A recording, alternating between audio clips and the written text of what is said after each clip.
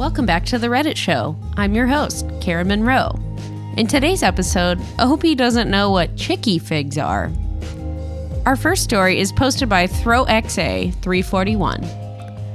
Am I the jerk for refusing to help save my mother's house that my dad and stepmom kicked me out of? My dad, stepmom, stepbrother, and I were living in the house my mother originally owned. Eventually, I moved out after my stepbrother took the box that had all of my stepmother's jewelry and hid it in my closet. I had no idea about it until my stepmom walked into the room and asked me one more time if I still insisted on not letting my stepbrother share the car my dad gave me.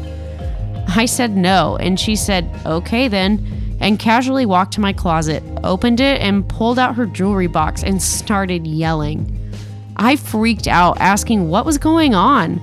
My dad came into the room and she started crying, claiming that I stole her jewelry box and was planning to sell it. I was stunned. I swore on my deceased mother's grave that I didn't steal anything, but my dad didn't believe me. My stepmom demanded I get out of the house. I lived with my uncle for 7 years. I missed my room, my backyard, and my mother's memories in that house. My stepbrother took over everything. My dad didn't attempt to connect with me for years and kept calling me a thief until recently, when I visited my uncle's and he happened to be there. He looked thin and exhausted. He said he found out my stepmom set me up and apologized for not believing me back then. He said he forgave her and hoped I'd do the same to forgive him because he couldn't forgive himself if I didn't. He then talked about having debts and needing money to pay them off or he'd lose the house and asked to borrow money from me.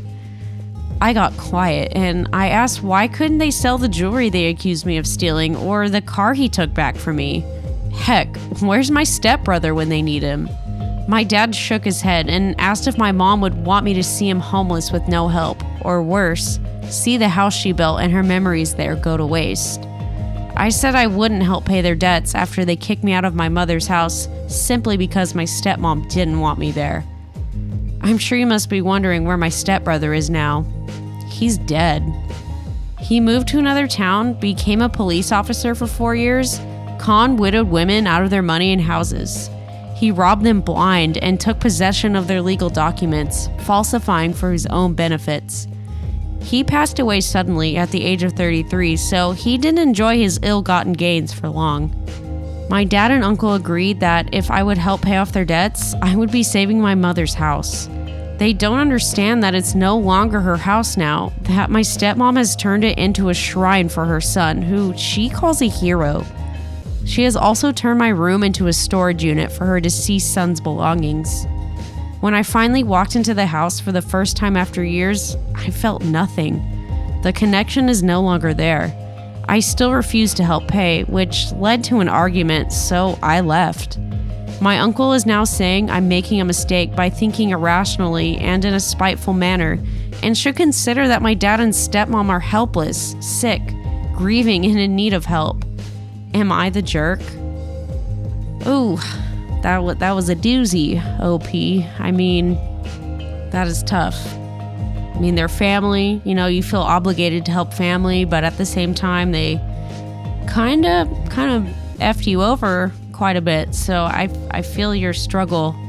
And then you've got your other family members trying to make you feel guilty for not helping them. And I don't know. I mean, you just got to do what's best. It seems like, you know, if you don't have a connection to the house anymore, there's kind of no reason to help.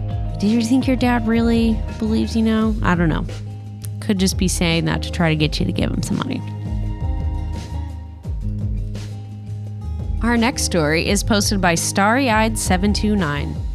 I just got fired for not knowing what Chicky figs are.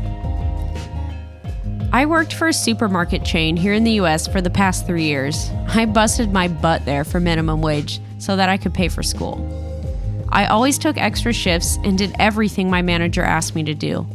I was a good employee and I never even had so much as a write-up. Yesterday, a dreaded Karen came into the store. She came up to the customer service desk while I was helping another customer. She started to snap her fingers at me and demanded my immediate attention, stating that she was in a rush and needed help finding some things immediately.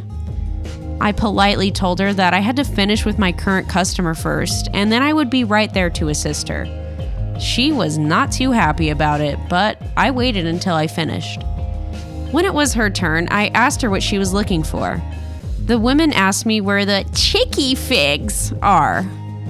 I was confused and didn't understand what she meant, so I asked her to repeat herself, but she said it the exact same way the second time. I was confused and didn't understand what she meant, so I asked her to repeat herself, but she said it the exact same way the second time. I honestly had no idea at the time what she was referring to. My mind just went blank, as I've never heard someone use that terminology before. I asked her what that was, as I was not familiar with it. That's when she suddenly became violent, screaming at me that I was an idiot and worthless. I tried to defuse the situation, but this woman would just not calm down. She was causing a huge scene that was drawing the attention of the other customers. I felt that it was necessary to call for the manager and security. My manager got there first. He has always been the customer is always right type. He came down and immediately asked me what I had done wrong. He apologized to her for my behavior and asked her what she wanted. He was able to figure out what she was looking for: frozen chicken fingers. He gave her a free box of chicken fingers as she continued to verbally insult me. Later that shift, my manager said that I had been in the wrong and that I was being rude and condescending to the customer and that I should have understood what she was asking for. I tried to defend myself and explain my side of the story, but he would not listen. He said there are many other college students he can hire to do my job and that I was a dime a dozen. Once he was done lecturing me, he fired me and told me to get off the property. I feel stupid now for not realizing that she was asking for chicken fingers, but I honestly did not understand her request. I don't understand why she couldn't have just said it properly, like, say chicken fingers. I don't understand how it is my fault that she caused a scene and scared other customers because she speaks like a child. Now I'm unemployed and trying to figure out what to do next. I don't understand how the customer was always right, even at the expense of a hardworking employee. It just doesn't make sense to me. OP. Oh my gosh, that is that is ridiculous. I mean, I've been fired before, but it wasn't quite as ridiculous as this. Like, who speaks like that as an adult, first of all? And then as the manager, like, I mean, he just took her word for it. I mean, it doesn't surprise me. Like, they really don't care. Like, they don't care if you're a good employee or what. It's like, they're just, like you said, dime a dozen. So someone else is going to take your job and probably get fired when the next Karen gets mad at them. Our last story is posted by Bitch Menudo. My boss took my $40 tip and gave me $16 back. I'm a waitress in Los Angeles. Today I was serving a table of 9 guests who were having a birthday party for their father. Throughout their meal, the table complimented me multiple times about how sweet I was. I genuinely enjoyed serving this family because they were just wonderful people. I really hope they had a great night. Anyways, before they left, they asked for the manager to stop by their table. They told my manager that I was a great server and I felt honored. Once the manager left, one of the ladies pulled me aside and handed me $40. She said that they wanted to make sure that I got the tip and thanked me once again. It was so kind of them. Once they left, my manager made me hand him the tip to add to our tip pool. I tried to tell him that the table insisted it goes to me, but he told me that he feels very bad about it, but it's company policy. Since I'm a new server, I only get about 10% of my share from the tip pool. In order to get 100% tip share, I must earn it through his judgment. My first few days, I actually didn't get any tips.